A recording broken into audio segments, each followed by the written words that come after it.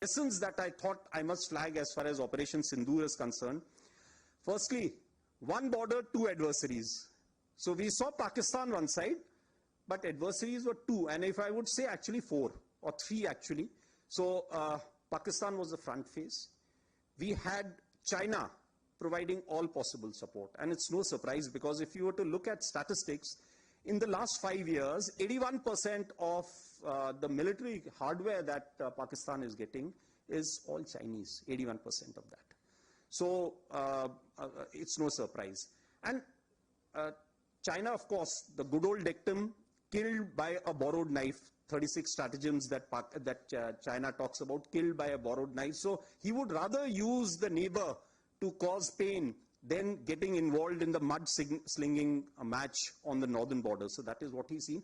And another thing that China perhaps has seen is that he's able to test his weapons against, say, various other weapon systems that are there.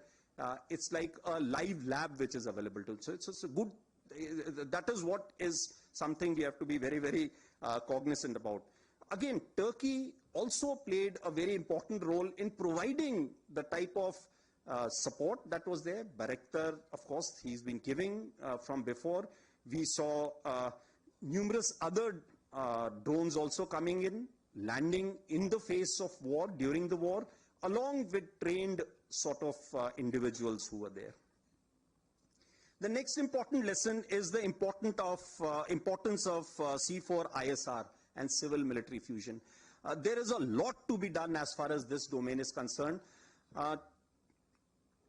When the DGMO level talks were going on, Pakistan actually was mentioning that we know that your such and such important sort of vector is primed and it is ready for action. I would request you to perhaps, pull it back. So he was getting live inputs as far as from China.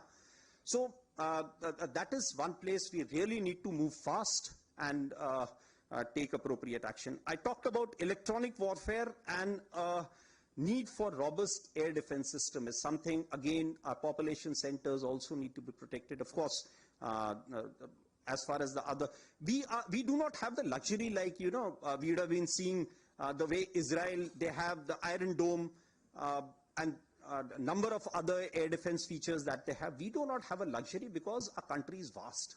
So, and such things cost a lot of money. So we need to, again, look at innovative solutions. Another lesson, I think, from Operation Sindoor was need for a secure supply chain. So we found, Mr. Ashok again talked about that the pain because an equipment was not inducted on time. He was looking at it from the industry point of view, but I was looking at it from a military perspective, that an equipment which was supposed to get in by, say, January or last October, November, was not available to us. And in the face, and when on 22nd of the previous month, that is April, when all this happened, and when I actually addressed, I don't know, some of you may be there, when I addressed the drone manufacturers, that how many of you can, provide the equipment that you're supposed to in the stipulated time. A lot of hands went up, but when again I called them after 1 week, nothing came by. The reason is because our supply chains. We are still dependent on a lot of things from outside. Had all those equipment been made available, the story may have been a little different, right? So it is both sides. We need to look at that.